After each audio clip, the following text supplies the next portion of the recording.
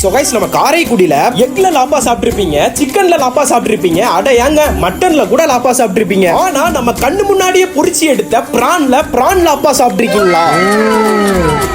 நீ அப்படி வரியா?